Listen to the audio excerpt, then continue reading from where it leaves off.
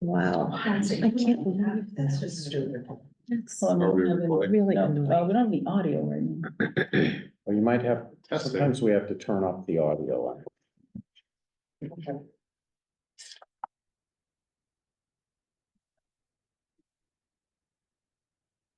like we have audio. All right, you wanna talk? All right, can you hear me? How would I know? I don't know. That's a great question. Oh, am I not looking at the right place? Doesn't it turn towards us if it's, It's, yeah, right now it's, I'm looking over this, I'm just saying, I'm seeing you right now, so, okay, I don't know how to.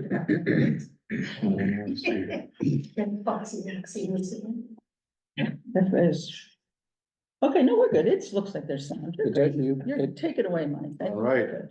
Welcome everyone to the Duxbury Free Library for the first of our candidate forums of the 2024 election. We thank the Duxbury Free Library for hosting this important forum. And without further ado, I'd like to introduce the candidates. We have Lester Lloyd, Martha Dennison, and Cassie Seaman. Lester and Martha are seeking a 3-year term for re-election, and Ms. Seaman is seeking an unexpired term for 2 years. Briefly, if you wouldn't mind, just introducing yourselves for the audience. We can start with that. I'll just go left to right. Martha, you want to just introduce yourself? Thanks, Mike. I'm Martha Dennison. Lived in Duxbury for about 20 years now with my husband, Wayne.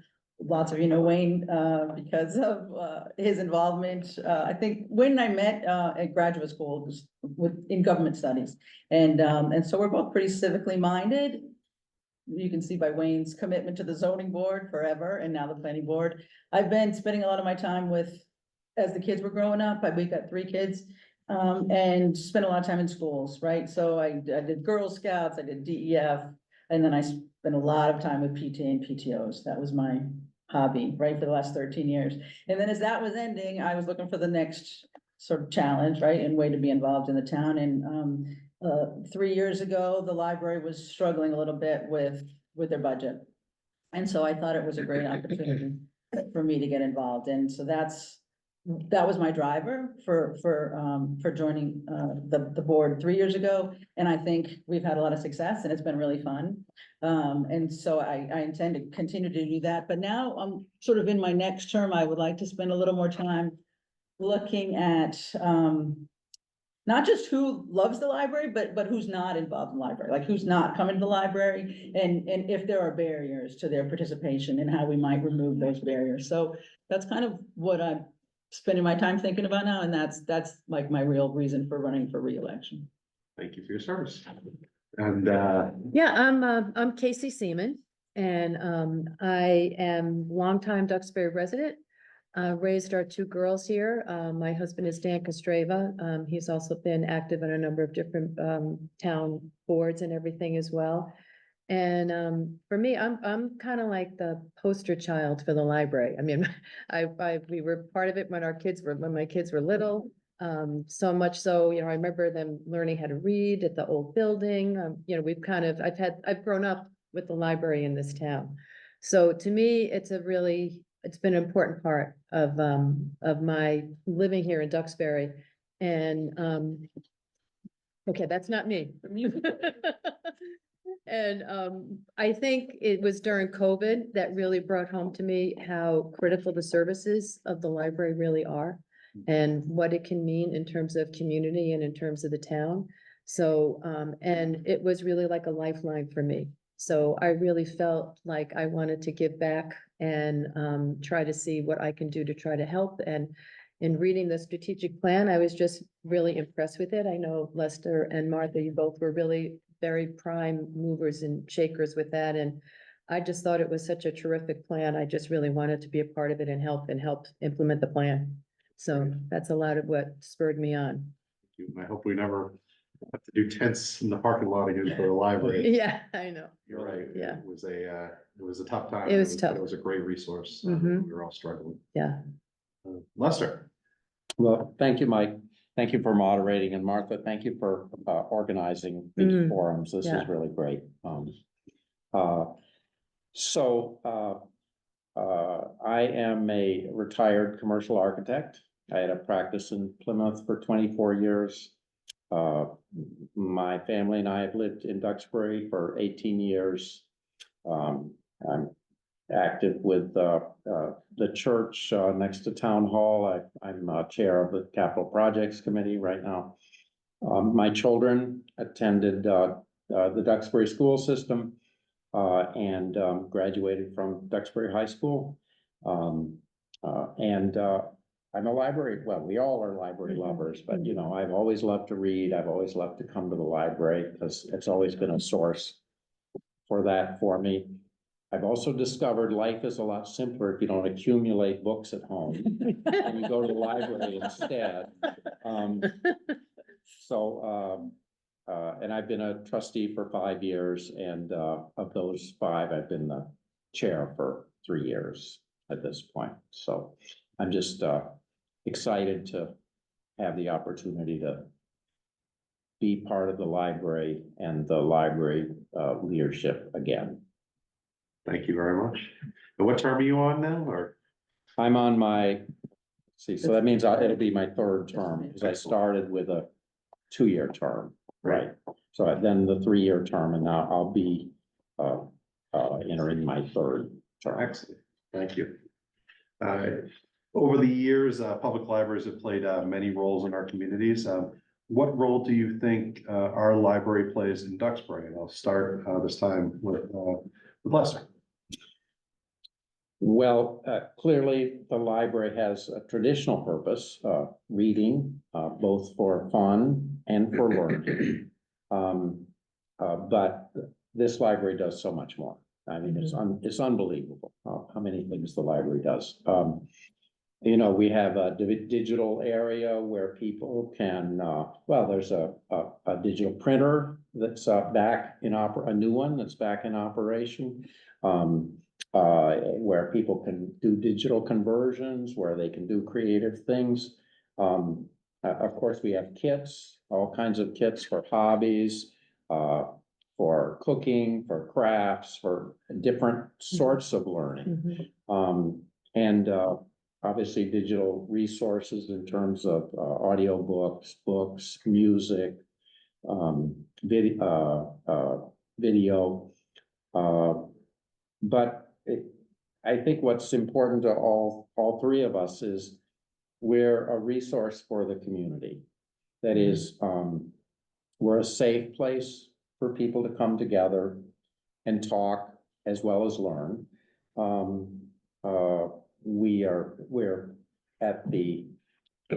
We're such an important part of the campus of the schools. There are so many kids that come here every day. It really works, the library really works to help promote learning for children in all kinds of ways. And, you know, it's unbelievable. We have 1,200 to 1,400 people every month that come to programs. I mean, it's more than before COVID. The library is just doing more and more, and the efficiency is increasing in terms of their bigger attendances at each individual program. So it's not just all scattershot. Instead, they're very popular offerings that we're very proud of. Thank you. Seaman? Well, speaking as someone who had to make a koala bear cake recently, and I found the pans I needed at the library. So if that's not a testament to the multifaceted role that a library can play, I don't know what is. But to me, this library has been such a gift to the town. You know, it gives us so much, you know, everything from koala bear pans to puzzles to books to stories to experiences. And, you know, it's so much more than just a repository of books. You know, it really is. And hopefully will continue to be a place where where there's a hub of information that we know we can trust. There's so much misinformation that's going on in the world right now. And it's good to know that there's a place you can come and there is information you can trust, information of all different types, access to all different types of information, and places where people can meet and learn and talk to each other, and try new things. It really does it's a gift to the town, and it really does so much more than just books. Although it has saved me a lot of money as well, Lester, I know. I'm not happy unless I have a big pile of books, ready to go. So, yeah, I think it's a very much a, place that helps Duxbury feel like a welcoming community. Thank you. Steps. Thanks, Mike. I think that's the key right there, right, is the welcoming community Mhm. part. Where the library is unique in the community. I mean, we have a lot of welcoming places. But the library is unique in that it's open to everybody, it's for everybody, and it's free for everybody, right? So, I Right. mean, I think we have great churches, our senior center is amazing, but they all have their groups, right? But the library is for everybody, and that'll never change, right? And it just gets better all the time, and I think in the effort to be a welcoming community, having a place like the library that is safe and welcoming all the time, I think that's the unique role. And I think that, people obviously, I mean, I'm guessing the question comes from a root of like, libraries kind of old school, right? And I think people thought libraries would go out of business. But the opposite is happening here, right? And we see it Yeah. in the numbers, we see it in the data, never mind the energy and the vibe. So I think it's a unique role in Duxbury because we're here for everybody, and that's huge for us. Right. I think that's Right. important. I can say that when you walk in the library, probably any time of the day, you see people of all ages, all walks of life, just really enjoying this building. And it's such a testament to all the hard work that folks put in and also that our professional staff do here. Sure. It's there's very few places in society even that you'll see that kind of cohesiveness and people just, life is hard. And to be able to have a place to come and relax, Yeah. read the newspaper, hang out with your 6-month-old, Yeah, right, maybe Yeah, see your neighbor outside of Yeah. right. mowing their lawn. Yeah. Right. It's nice to have it. Mhm. Some of this. Mhm. Absolutely. That's really wonderful. And on the end of being a welcoming building, 3 years ago, the select board issued a strong statement of support for diversity, equity, and inclusion in Duxbury, and have reaffirmed that statement in the past years. Since then, the library has taken a more active role in leading and coordinating equity and inclusion programs and efforts, including some that have been considered somewhat controversial. Do you feel that it's an appropriate role for the library? And are there changes that you would like to see in the current programs or services or materials the library offers the town in that same vein? Or would you like to expand upon it? Or I'll let you answer the question. And I'll start with you, Steve. Sure. I have to say that, one of the things another piece that really helped me, decide to try to run for the trustee for this position is this very issue. My field, my background, I've spent, over 45 years working in the field of human services, mostly with people with developmental disabilities. And for the past 2 years, I've had a book club here with folks from Cardinal Cushing. And this library could not have been more welcoming, kind to all of us. And that's unusual. You don't find that everywhere. You really don't. And that really touched something in my heart where I was just like, this should continue. We want this to continue. We want this to keep happening. So is there a role for the library in this? Absolutely. To me, that's a big piece of what I hope to be a part of as I hopefully am able to contribute to the board. And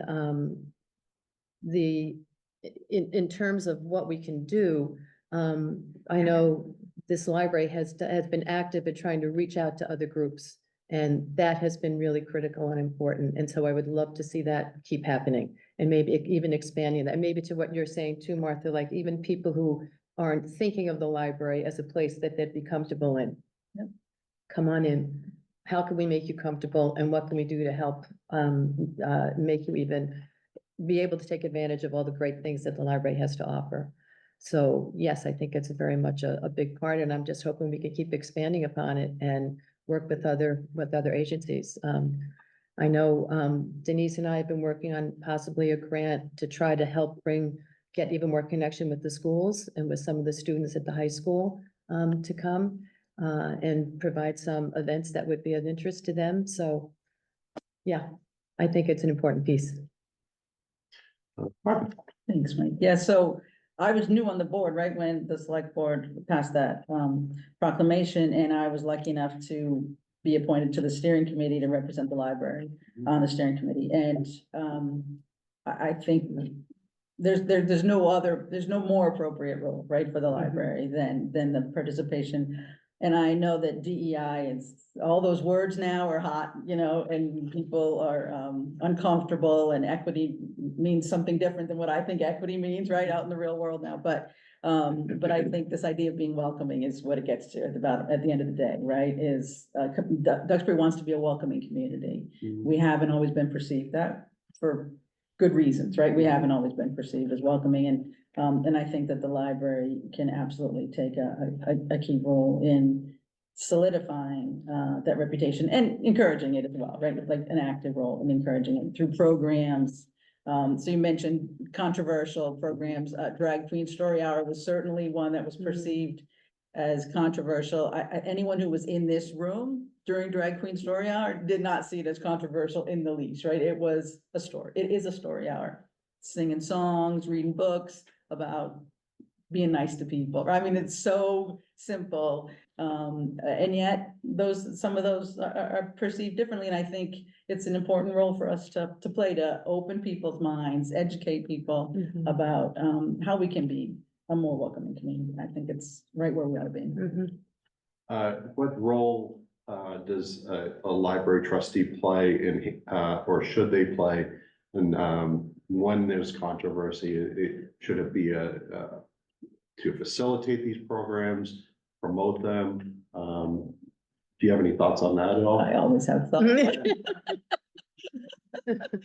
Yeah, of course. And I think, I mean, number one is to support the staff, right? I mean, that's our number one job, right? And whether that is behind them or in front of them, right? And I think different situations have called for us to be in different positions. But I think that's the key, right? They're the professionals, right? They're the ones who find the programs and recommend the programs, and we're just here to support them. But I think, and this is in several different areas, as elected representatives, I think we have a different role and a different conversation, a different obligation even to the community. And so standing up for the staff's decisions to do programming, I think, is our role. That's very much as the ambassadors from the library. I think that's and also to take that feedback, right? To take those hits, if that's what it is, right? If people want to complain, I think that's absolutely our role too. Right. Lester, do you have any thoughts on that last piece there to start off with, or?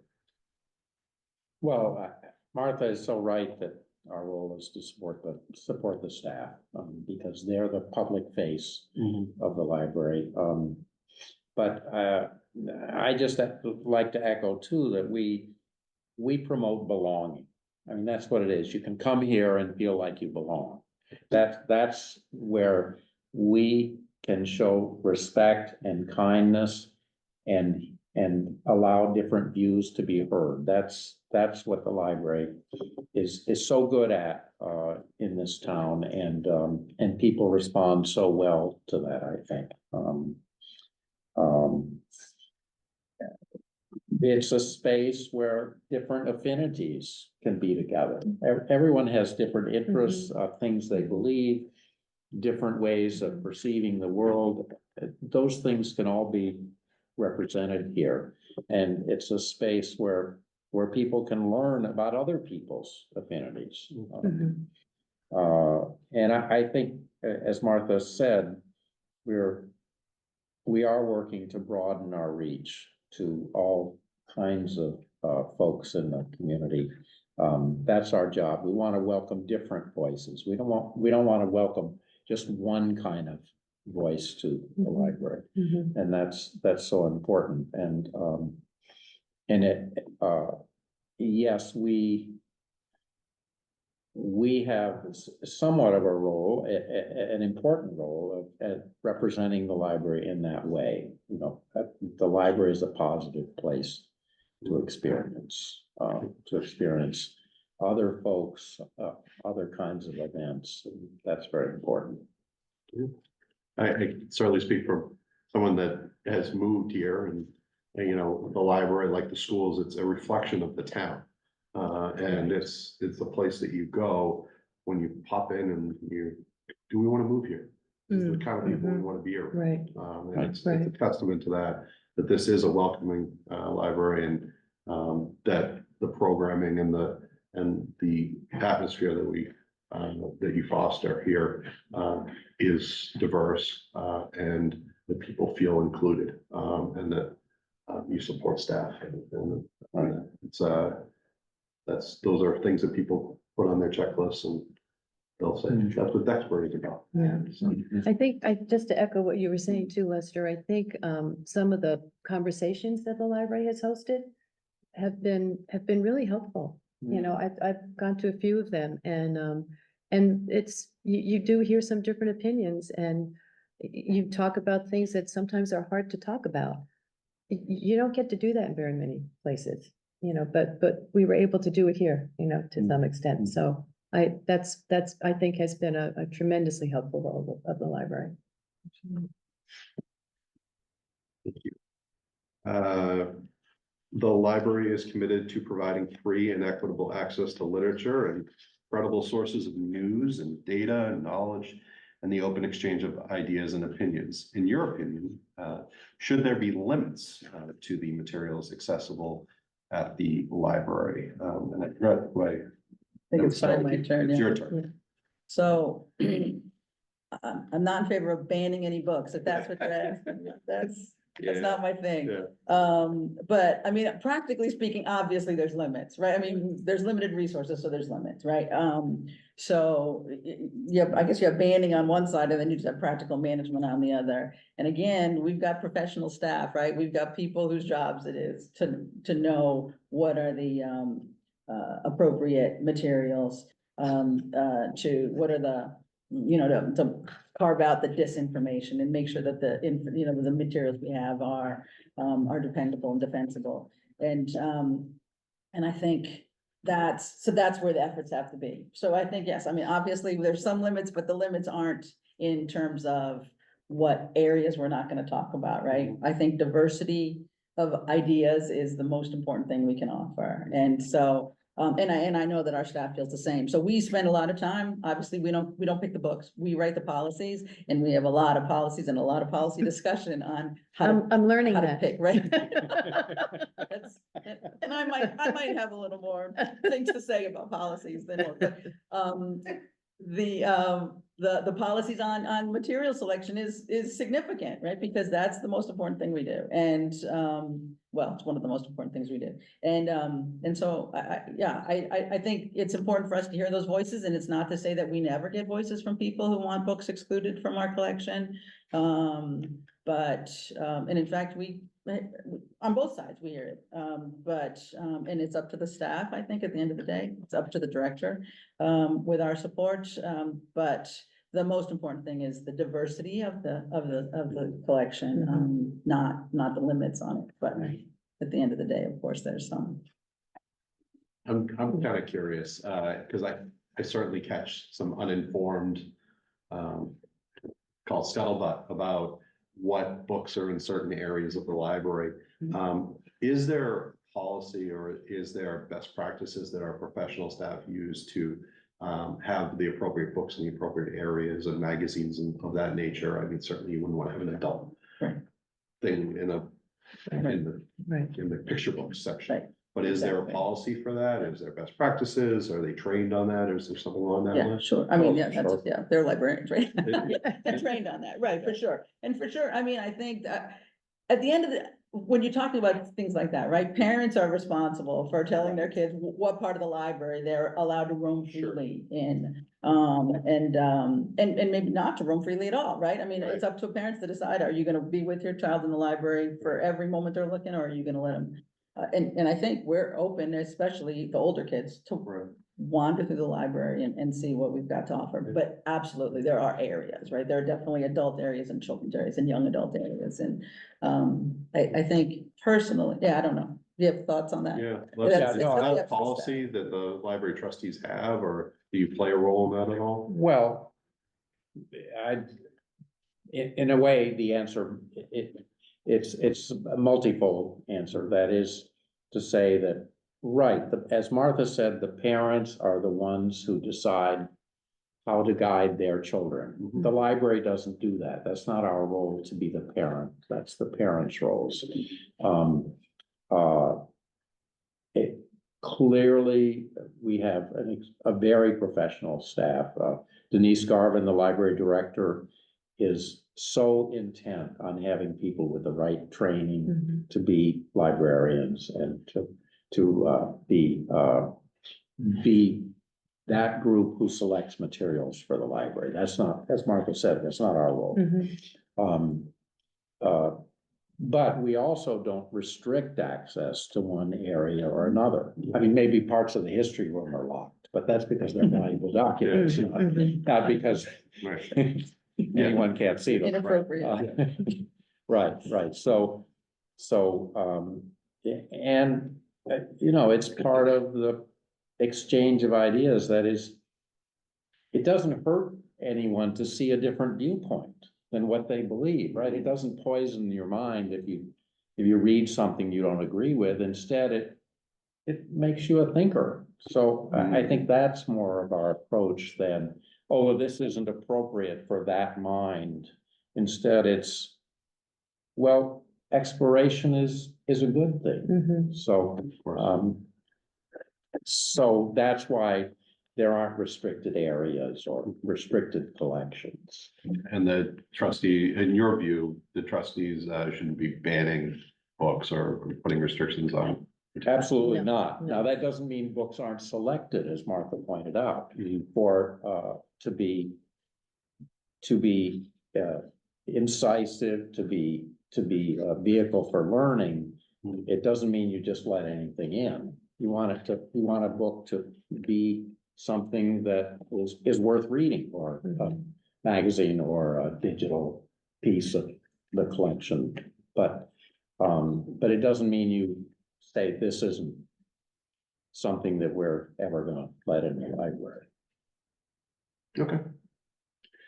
Seaman, what are your thoughts on banning? I'll read I got a little bit off, should there be limits on the materials? Yeah, and I totally agree with everything that Lester and Martha have been saying. I mean, this is a place where people should come for lots of different opinions and should be open to that. And that was my reference to the conversations too. I mean, Lester and I were at one, was it last week? Just, and it was, I know, but that was great, because there were people there with different opinions, and Yes. and when you hear people's stories, like you're saying, Lester, it can open your mind to thinking about things in ways that you hadn't thought about, because that's not your experience. And so when you get an opportunity to hear people's stories, hear what is behind their thinking and behind their opinion, it may not make you agree. I still wouldn't agree, but it can help you understand, and it can help create a kinder and more, welcoming community to live in. And so once you start banning, you lose that opportunity to really hear the different opinions and to hear the different stories. And so as a library, I think that's the last thing, we want to do.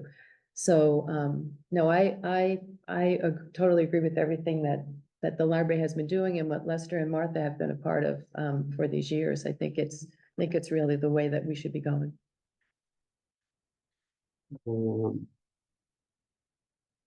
The Board of Trustees is responsible for oversight of the library's budget, including ensuring appropriate town funding.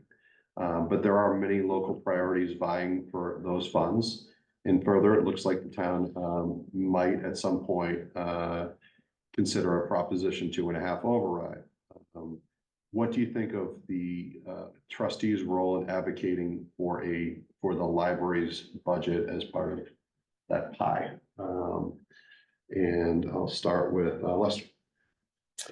Thank you, Mike. Well, first of all, every department has a duty to represent their department in the best light. I think because every department does something important in the town. So of course, we do that just as much as everyone else does. But I will say that I see the library as so efficiently using town funds to give residents what they are looking for. And I think, the strategic plan that we put together is such a good example of that. Through focus groups, through a survey. Now, we did it all without professional help. The library's done it many times before. Libraries do it every 5 years, but this time we took it on. And we really heard what people want in the library and incorporated that into the strategic plan. Denise Garvin has, this long spreadsheet with every point. Where are we in this process? Where are we in the plan? Has it been completed? Is it going to be put off for a year? Is it ongoing immediately? But in addition to listening for ways to make the budget meaningful for the town, we also seek wherever we can to reduce costs. This year, Denise Garvin found several line item budgets she could reduce. One example that we're working on is the electric costs. The electric costs are the most significant cost in the library, other than salaries. They are the highest line. They are the biggest line item budget. And we have found a way to reduce our electric costs by some 40% to every year save $30,000 by redoing the lighting fixtures with a payback to the town of, in 3 years, we'll pay back the costs of the project. Now, it didn't make it through fiscal advisory this year. There were so many demands for funds that the town has, but we're certainly going to be working with the town this year, as well as presenting it again next year, because that'll be a significant saving to the town. So that's the kind of active role we take, meeting with Rainey, with the folks at finance, meeting with the finance committee for capital projects, meeting with fiscal advisory, and the trustees have been very active in being there with Denise Garvin. So I'm sorry to put you on the spot, but there was a lot of discussion during the strategic plan discussions, and also prior to that in finance committee about the state formula with the MAR. How are we as a town doing to get back on pace with the MAR formula to be receiving that OCL and that network, to stay in the network? I know we were behind during COVID. yes, How do we still have to play catch up with that? we have done so well with that. I think we have caught up, right? We have caught up. Shut right through. Yes. And,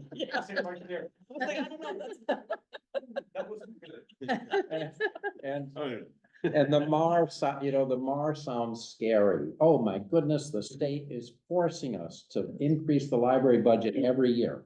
Yeah. Well, what isn't immediately apparent until you do the math is, well, yeah, it forces us to increase the library budget by 1.25% every year.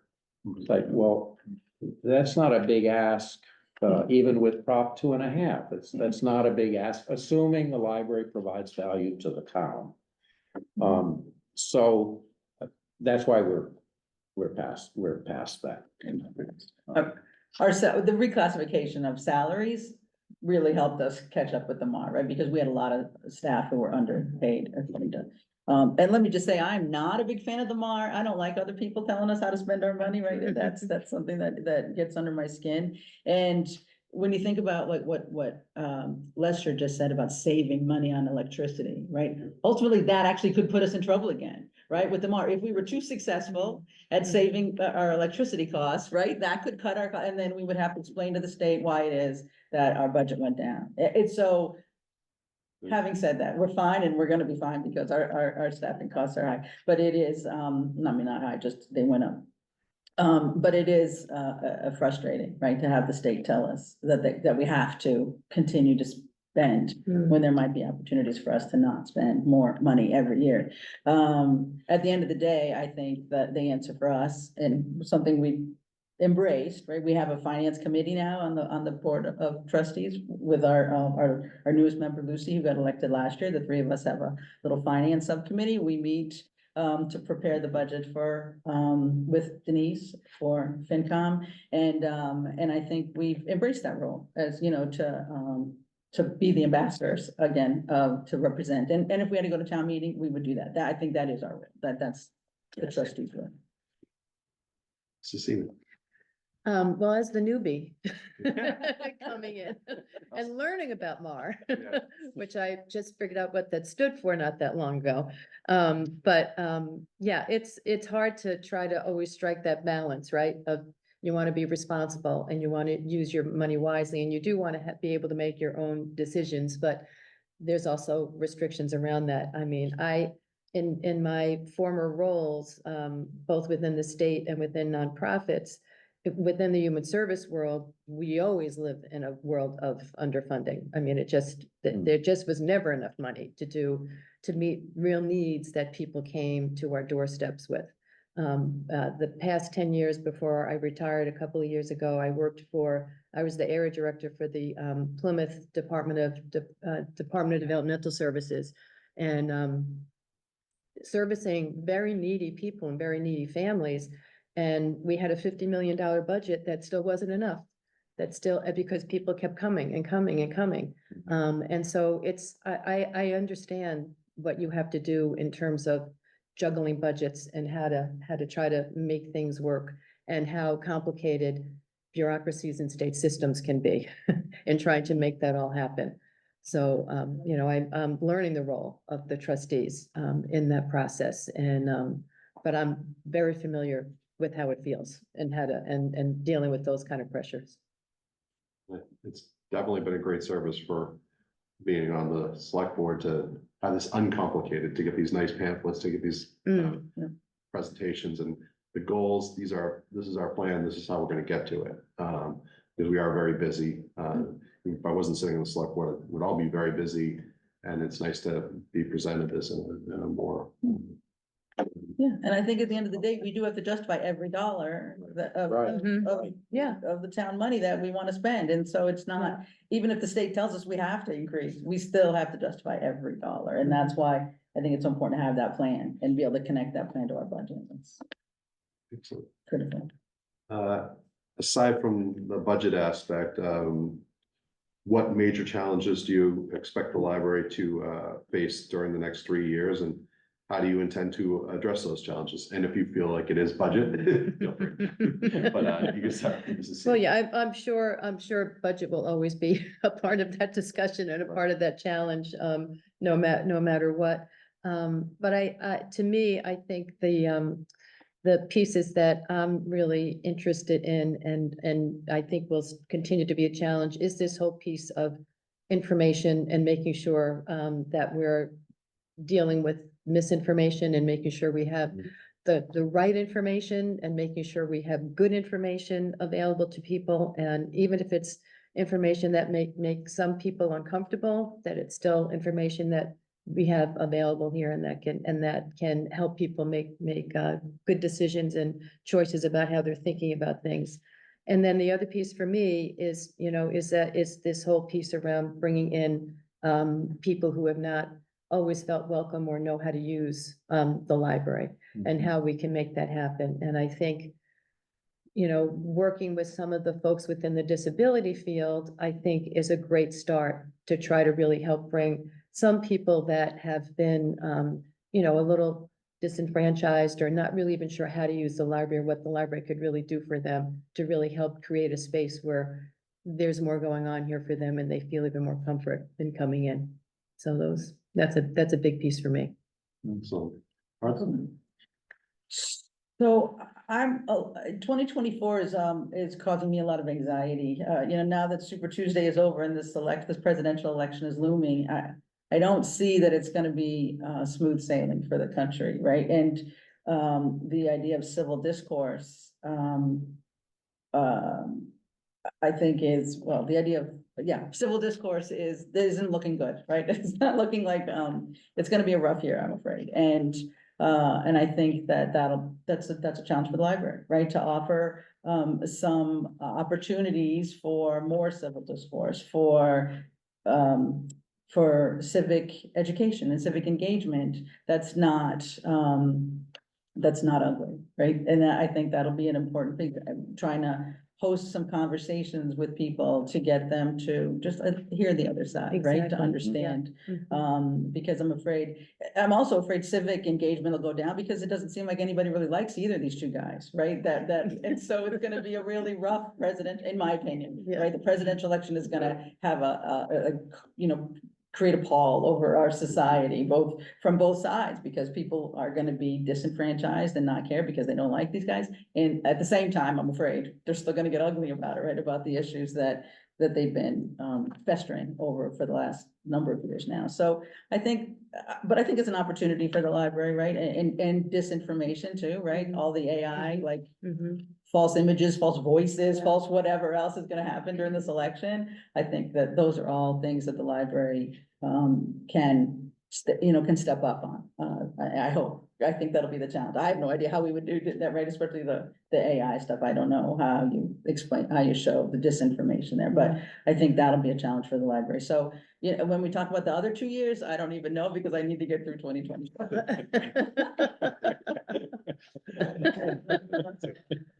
Yeah. Right, we're really echoing what both Casey and Martha have said. Aside from the budget, which was my other big item, Yeah. obviously. It's the free exchange of information while promoting belonging. That is, it's it's an understanding exchange of information, and as Casey said, it's to reach out to people who maybe wouldn't normally be part of that exchange. I mean, Duxbury's poverty rate is 8%. There are folks in all walks of life who don't come to the library. But certainly the library can meet all kinds of needs from people who may have a harder time to get to the library. It's like our book, The homebound. the homebound book delivery that we has recently ramped up a great deal. I mean, the same thing can occur for that kind of effort is important for everyone to make the library a place where people can come together and talk about how they disagree with each other in a respectful way. Right. So, Right, right. As you say, as you both have said, that seems to be our other area that, where we can really make a difference. Absolutely. I mean, this is a perfect example of that. We're having a debate in the library. And that the library has these kind of services available. I know there was a group here last night interviewing a candidate, and I think that's a good thing. It's positive. So, I'm done with my questions. Does anybody in the audience have any questions for these wonderful candidates? Don't feel obligated. yeah. I think you've done a wonderful job. Yeah. Absolutely wonderful job. I would just like to say that as being part of the finance committee, that they cannot put enough emphasis on the work that has gone into the strategic plan and to understanding the town's needs and what we had available and working to make it not only successful, but a cooperative experience. everybody on finance committee now feels like, oh, great, the library is coming, you know. And we're partners, you know, what can we do to improve, what can we do? And that is not always the case, and it is the complexion of this group of trustees, and especially Denise, the executive director, who has embraced Yeah, a she's very, big. very difficult, Yeah. you know, being told to spend less money or to, you know, somebody in not in your field to give you some real helpful tips. It's hard, and she was gracious and, actually, she just lived what you're saying is what you want to be for this community. Mhm. And, I think we have to be very grateful for that. Yes. Yeah, Yes, couldn't agree more. Yeah. Yes, and the trustees as well. Trustees as well. Yes, very much so, because it was a very cooperative experience. So, yay, we get to see the library. Yeah. I'd just like to say that, I totally agree that the library is very welcoming. It's for everyone, which is terrific. No one's left out there. And it is a reflection of the town, you know, for sure. And Lester, I really loved hearing about how many kids are coming here and using the library. Because that's where it all starts. If you can get kids, Yeah, you know, just fascinated by the library and the programs and the projects they can do and the books and, you know, just opening the minds and what's here and available to them. And you start them at a young age like that and they continue. What a great thing that would be, you know, and I have to say that I really like that a lot, because when I was a kid growing up, the library was a very, I don't know about you guys, but Yeah. for me, it was a very scary place to be. yeah, Because everywhere you turned around, you always saw somebody with their finger. you're right, right. Yes, Yeah, those days Yeah. are gone. the shushing, yeah, In their head. yeah, yeah, So you didn't go there very often. And Yeah. libraries everywhere have just come, you know, so far, and you guys do a terrific job and, you know, kind of, you know, grow with everything that's happening. You mentioned AI, the political year. You know, this is all great stuff, and this is what makes the library so interesting, you know, for people to want to spend time here, and thank you for that. that's Thank you good, so much. that's good. Does anybody else have anything they want to conclude with? Thank you so No, much. thank you Thank for you. having Thank us, you. thank you, appreciate Thank it. The audience and those that may see this at a future date, I hope you do, because this was a great forum. Thank you very much. Thank you for having us, thank you. All right.